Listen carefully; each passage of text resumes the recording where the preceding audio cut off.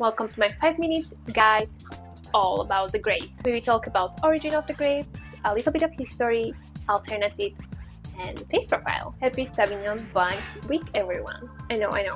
The birthday was on Monday, but you know what? I celebrate my birthday the whole week. So why Sauvignon Blanc shouldn't?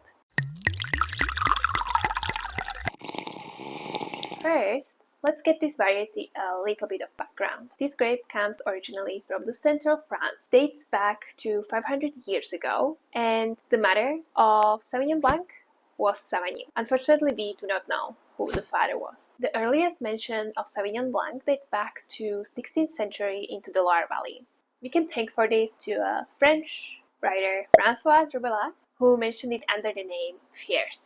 It first appeared as Sauvignon Fumé or Sauvignon in the Loire Valley, like in the places like Sancerre or Puy-de-Fumé. After the 16th century, there is no mention of Sauvignon Blanc, and then it appears in the 18th century in Bordeaux. Can we take a moment and appreciate the name Sauvignon Blanc? It comes from two French words, sauvage and vigne. Sauvage means wild and vigne means wine. So in the translation, it's basically a wild child of the vineyard. Well, it fits.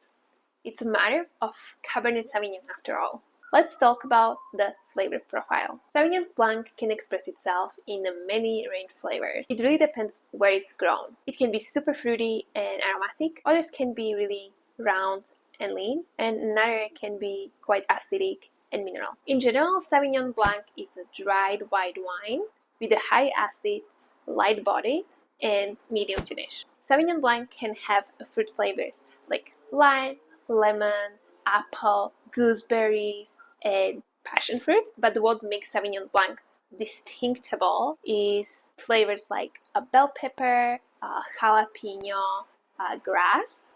These flavors come from the compound called pyrazine, which makes this grape super expressive and super distinctive.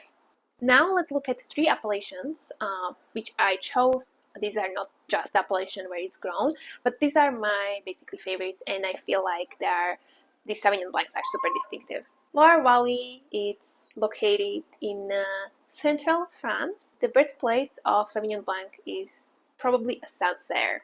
The Sancerre is not just the birthplace of Sauvignon Blanc, but it's also a magic place of castles and fortresses. Here they grow the purest expression of Sauvignon Blanc. You can find the notes of citrus fruit like lemon, limes, a little bit of apple or white peach, and it's super mineral driven. It reminds me kind of like crunchy and salty. These wines have herbaceous notes as well, like green bell pepper or grass, and it really depends on the winemaker. They do tend to put Sauvignon Blanc into neutral French barrels just to give it a little bit of roundness and fullness. New Zealand. In New Zealand, the biggest appellation which grows Sauvignon Blanc is called Marlborough, and it is located on the northern tip of Northern Ireland. Expression of Sauvignon Blanc is quite different than in Loire Valley. I would call it pungent. They are quite on high acidity, but still they can feel quite weighty. When I have a New Zealand Sauvignon Blanc, I instantly know that this is a New Zealand Sauvignon Blanc. For me, it's quite grassy, pungent, and it's kind of like I am biting into the gooseberries. And now let's go to Chile. Maybe you've never heard about the Chilean Sauvignon Blanc. It's quite popular. They are making quite a lot of it, and they are famous for it. The Sauvignon Blanc from Chile is approachable, light, and super refreshing. They are not quite as pungent as New Zealand Sauvignon Blanc, but they are not quite rounded and elegant as Sauvignon Blanc from France. They are cheaper, they are super approachable. I would say they are for everyday drinking. The Sauvignon Blanc from Chile is quite expression of the fruit. You can find a lot of lemon, lime, grapefruit notes, a lot of tropical notes, and they are simple and enjoyable.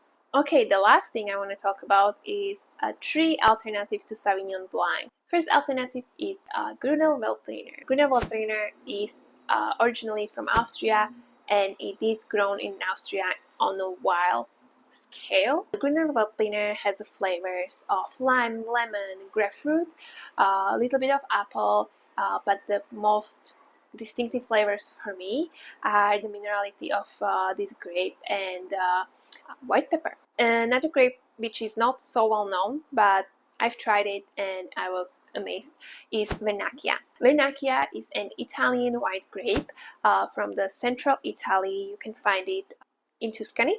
Alongside of a bright notes of citrus and pear, you can find it a little bit kind of like tart and high acidic. That combination of the bitterness and the high acidity, you can find it as you would have the lemon loaf, which is popular in Starbucks. And the last grape is Torontes. It comes originally from Spain, but I do like the expression from Argentina. It is super similar to Sauvignon Blanc. It's light-bodied, it's acidic, it's super citrusy, and it's super floral. I would compare it, the floralness, to a grandmother perfume. Okay guys, this is my 5-minute guide all about the grape. I hope you enjoyed it. Like and subscribe. I'll see you next time. Cheers!